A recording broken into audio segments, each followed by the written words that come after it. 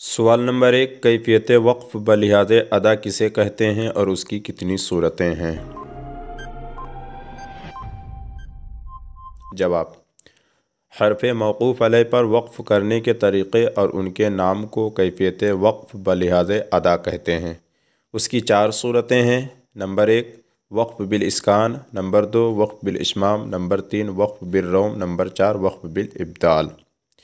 सवाल नंबर 2, इस्कान की लुग़वी व इस्तिलाही तारीफ़ करते हुए उसके हर एक जुज़ों की मुकम्मल वज़ाहत फ़रमाएँ। जवाब, इस्कान बाब इफ़आल से लुग़वी माना है साकिन करना और इस्तिलाह में हरफ मौक़ूफ़ अलैह मुतहर्रिक को साकिन पढ़ना उसको वक्फ़ बिल इस्कान कहते हैं, जैसे अल आलमीन। सवाल नंबर 3, इस्कान की वजह तस्मिया क्या है। जवाब, इस्कान के लुग़वी माना है साकिन करना, चूँकि वक्फ़ बिल इस्कान में भी मौक़ूफ़ अलैह मुतहर्रिक को साकिन किया जाता है, इस वजह से उसको वक्फ़ बिल इस्कान कहते हैं। सवाल नंबर 4, इश्माम की लुग़वी व इस्तिलाही तारीफ़ करते हुए उसके हर एक जुज़ों की मुकम्मल वज़ाहत फ़रमाएँ।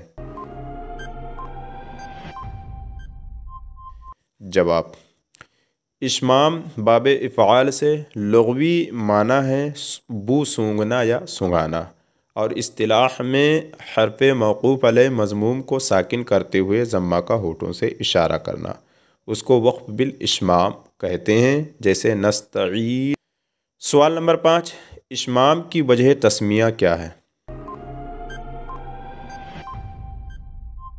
जवाब, इश्माम के लुग़वी माना है बू सूंघना या सूंघाना, चूँकि यह वक्फ़ मौक़ूफ़ अलैह मज़मूम में होता है और बिला आवाज़ के सिर्फ़ इंज़िमाम शफ़तैन होता है, जिससे ज़म्मा की सिर्फ़ बू आती है, इसलिए इसको वक्फ़ बिल इश्माम कहते हैं।